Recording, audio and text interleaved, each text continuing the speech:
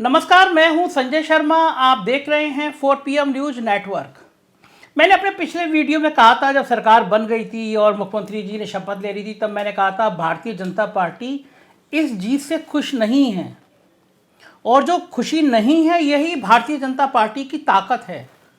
ताकत इसलिए कि एक राज्य में आ गई, बहुमत मिल गया, लेकिन जितना प्रदर्शन होना चाहिए था उतना क्यों नहीं हुआ, इसकी समीक्षा जारी है।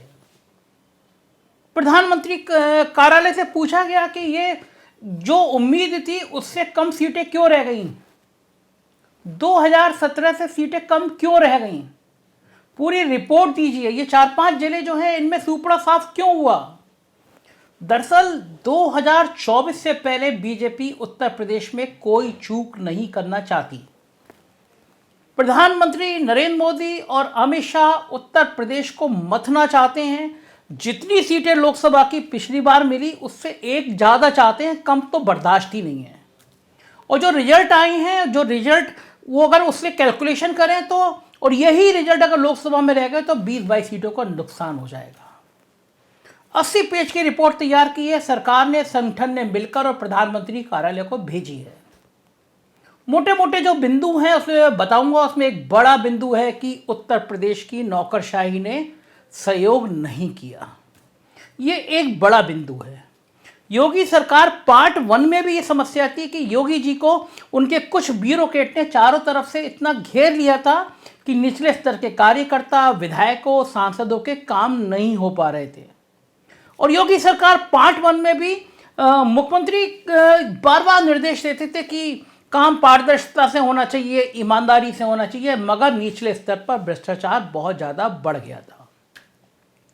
मुख्यमंत्री ने जिन अफसरों पर भरोसा किया, उन अफसरों ने मुख्यमंत्री को धोखा दिया।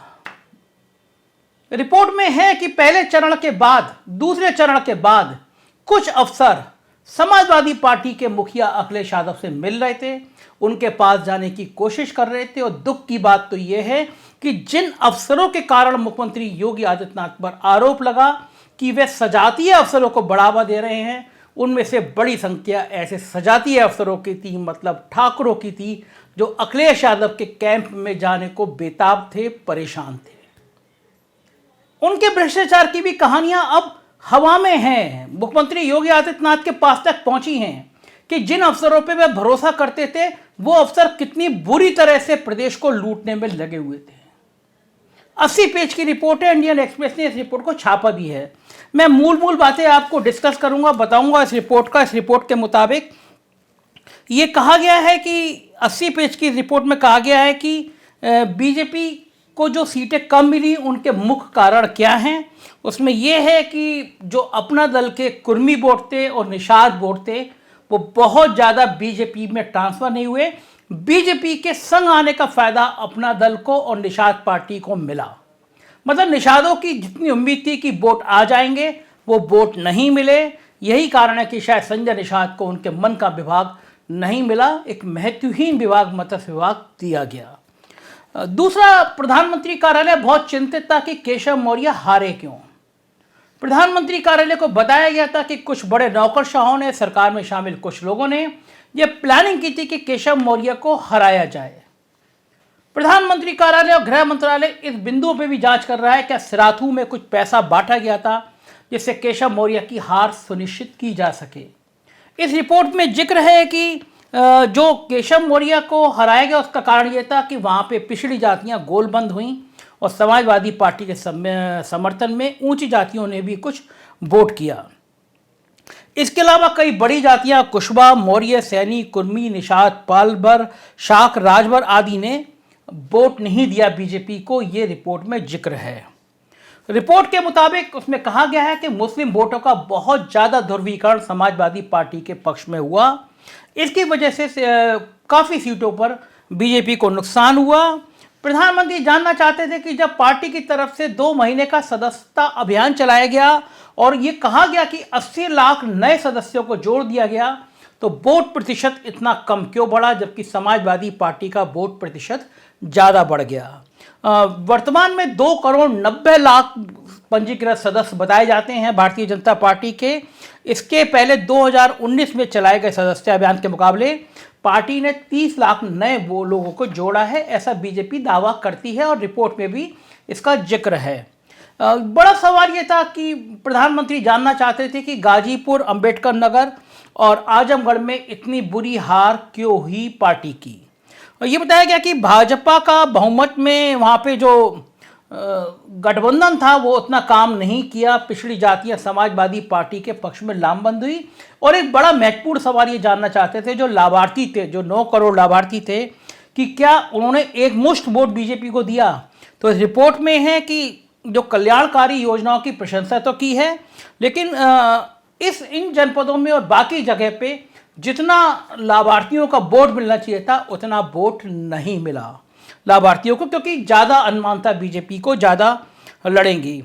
इस सबसे इम्पोर्टेंट बात थी जो बीजेपी को चिंता में डाल गई थी, वो ये थी कि उत्तर प्रदेश की 311 विधानसभा ऐसी हैं जहाँ पे पोस्टल बैलेट में बीजेपी सपा से हार गई।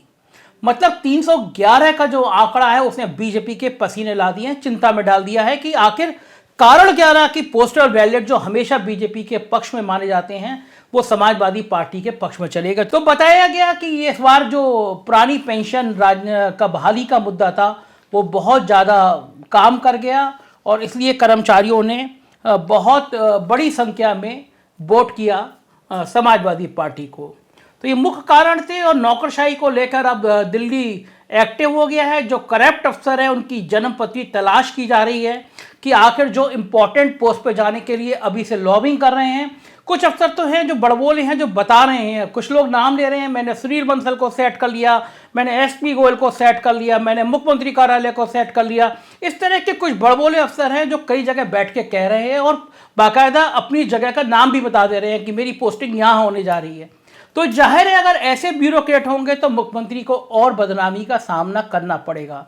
लेकिन मुख्यमंत्री के पास ऐसे अफसरों की जन्मपत्री पहुंच गई है, इंटेलिजेंस से पहुंच गई है और ख़ास तौर से मुख्यमंत्री इस बार उन सजातीय अफसरों की जन्मपत्री जरूर मंगाना चाहते हैं जिनकी वजह से मुख्यमंत्री को बदनामी हुई। और सरकार और संगठन भी ऐसे लोगों को चिन्हित करना चाहती है जिन्होंने मलाई तो खाई लेकिन बदनामी बहुत ज़्यादा सरकार के सिर पर फोड़ दी। ऐसे लोगों की संपत्तियां, ऐसे लोगों के परिजनों की संपत्तियां भी जुटाई जा रही हैं और मेरे सोर्स बता रहे हैं इंटेलिजेंस को भी लगाया गया है कि कहीं से मालूम करो कि किस व्यक्ति ने अपने कर्मचारियों के नाम से, अपने परिजनों के नाम से या किसी और साधन से संपत्तियां जुटाई हैं। तो जाहिर है नौकरशाही में बहुत बड़े बदलाव होने से पहले मुख्यमंत्री और दिल्ली दरबार इस बार मॉनिटरिंग करना चाहता है, क्योंकि 2024 जीने मरने का सवाल है। किसी भी कीमत पे बीजेपी ये नहीं चाहती है कि एक भी सीट कम हो। तो अगर ऐसा करना है तो अभी से कील कांटे दुरुस्त करने पड़ेंगे। बीजेपी की चालें शुरू हो गई हैं। शिवपाल और आजम खां को एक पार्टी बनाने की कोशिश की जा रही है। पीछे बताया जाता है बीजेपी है। शिवपाल नाराज हैं अखिलेश यादव से और बीजेपी चाहती है आजम खां निकले, अपनी पार्टी बनाए, शिवपाल यादव के साथ आए, मुस्लिम वोटों का बंटवारा हो। साथ ही पिछड़ी जातियों को गोलबंद होने से रोकने के लिए इस बार हो सकता है कि बीजेपी प्रदेश अध्यक्ष पर भी किसी पिछड़ी जाति के आदमी पर दांव लगा दे। तमाम नाम चल रहे हैं, उसमें सहकारिता राज्य मंत्री BL वर्मा का नाम भी शामिल है। तो अब देखना यह होगा कि आखिर बीजेपी की रणनीति क्या है। जो 80 पेज की रिपोर्ट प्रधानमंत्री को भेजी गई है, दिल्ली इस पर क्या एक्शन बनाता है, क्या प्लान बनाता है, क्योंकि 2024 से पहले कमान दिल्ली रखेगा अपने हाथ में। किसी भी कीमत पर किसी को भी मौका नहीं देगा कि कोई छोटी सी भी चूक हो जाए। राजनीति की इन चालों को मैं आपको बताता रहूंगा। आप देखते रहिए 4 PM न्यूज नेटवर्क। थोड़ी सी मदद कीजिए, एक नंबर आप स्क्रॉल में देख रहे होंगे, इस नंबर पर मैसेज कीजिए, मेरी टीम आपको संपर्क करेगी। हम गोदी मीडिया नहीं बनना चाहते, हम ईमानदारी से अपनी बात कहना चाहते हैं। तो आपका सहयोग, आपका समर्थन हमें बहुत ज़रूरी है। साथ देते रहिएगा। शुक्रिया।